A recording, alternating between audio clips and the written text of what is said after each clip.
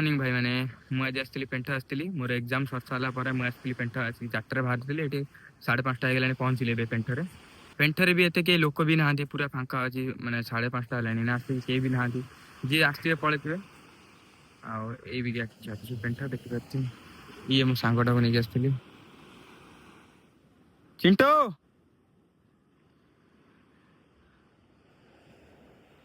लोक किए ना लोक सब पलैले लोक से फटो फट उठुंट एठी किसी बसंती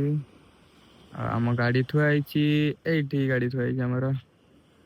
किए भी ना पूरा फांका मैंने कौन मुड है गोटे आम जानी भी ना मुझे जानी कहली आम पेंट जावा से कहला हो ठीक है जावा आम तेल फेल पकई पलैला पेंट पेंटर पूरा मस्त व्यू आसपर सर्ट्स भी नवा कि आम सर्ट्स भी नब आम रिल्स बनवा रिल्स बन सारापर सर्ट्स ने सर्ट्स यूट्यूब सर्ट्स बनैबी सिनेमाटिक भी नवार अच्छी सब नवा धीरे धीरे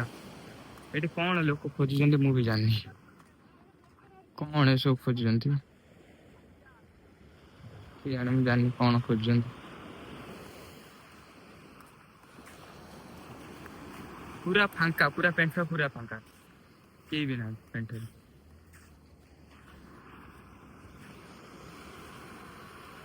सेपटे भी आहरी लोक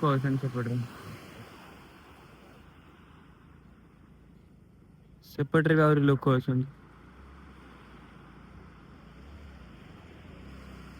पेंटर बढ़िया लगुच किंतु पाग भी मस्त है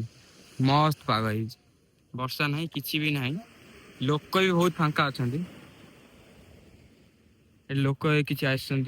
बस एपटे लोक कि अच्छा ना आम ये दी जन आम ये दी जन फटो उठे बोली पागल हो फटो उठे बोली मस्त लगुच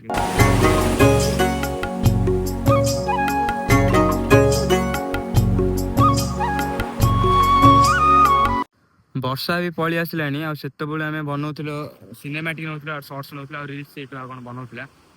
बन बन बहुत लेट हो गला भी अंधार हो गला वर्षा भी बहुत जोर आसला वर्षा है चल जा हाँ गोड़टा धोईदे ना बाली आगर धोईदे घड़घड़ी साउंड आस गाँव भी पकाऊ आम एटी अच्छे मैंने जानी 50 किलोमीटर दूर अच्छे आम गाँव ठार पेंट 50 किलोमीटर दूर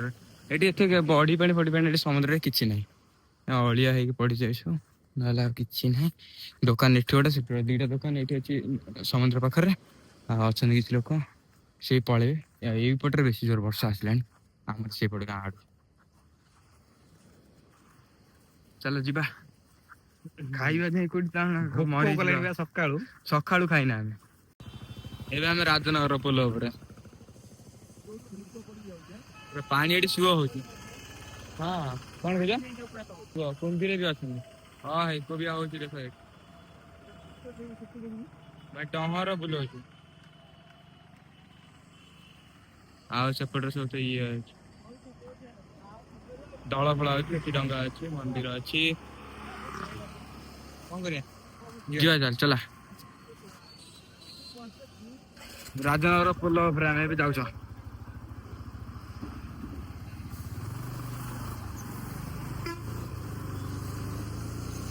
बढ़िया पाग अच्छी वर्षा हो पारे बोलते लगुच मत वर्षा हो पारे मस्त पाग मस्त कर वर्षा हम जब भल कथा भल ओदा है पलैबा गरम भी हो काउलिया पाग कर गरम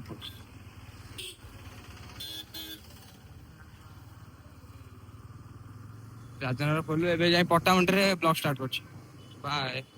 बहुत जोर से वर्षा आसला देखा दियो आगु मत लगे पट्टामुंडे आड़ गला वर्षा पकई पारे आम अंधार कर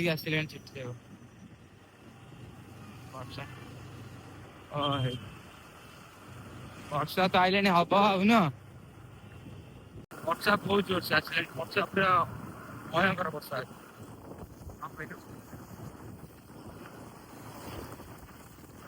प्रबल जोर से वर्षा आसला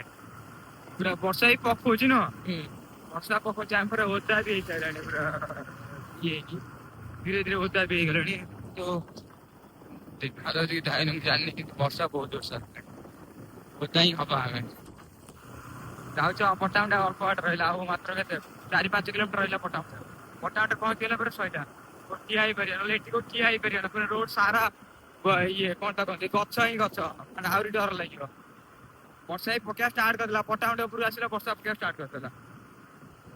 କଣ କରିବା କଣ, ଅନ୍ଧାର ଆସିଲେ ପଟ୍ଟାମୁଣ୍ଡା ଯାଇକି ଦେଖଉଛି। ପଟ୍ଟାମୁଣ୍ଡା ମାତ୍ର ଆଉ 2 କିଲୋମିଟର ଥିଲା, ବର୍ଷା ପକେଇଲା, ଏତେ ଜୋର ପକେଇଲା ଯେ ଆଉ ମାନେ ଯାଇ ବି ହେଲା ନା।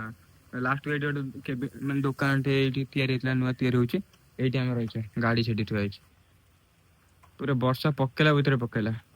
ଏତେ ଜୋର ପକେଇଲା ଯେ ମାନେ କହିଲେ ନ ସରେ। ଓଦା ଅପେକ୍ଷା ଅପେକ୍ଷା ଠିଆ ହେଇଯିବା ଭଲ, ନହେଲେ ଆହୁରି ଅସୁବିଧା ହେବ। ବହୁତ ଓଦା ହେଇଯିବେ, ସିଆଡେ ଆହୁରି ବର୍ଷା ପକଉଛି ଭାଇ। ଏଇ ଦେଖ ପୁରା ପାଗ ଦେଖ କୋଉ ଭଳିଆ। ଏଠି ଏଇଠି ଜଣା ପଡିବ, ଦେଖ ବର୍ଷା ପକେଇଲା ଭିତରେ ପକଉଛି, ମୁଣ୍ଡ ବି ବିନ୍ଧିଲାଣି ବର୍ଷାରେ।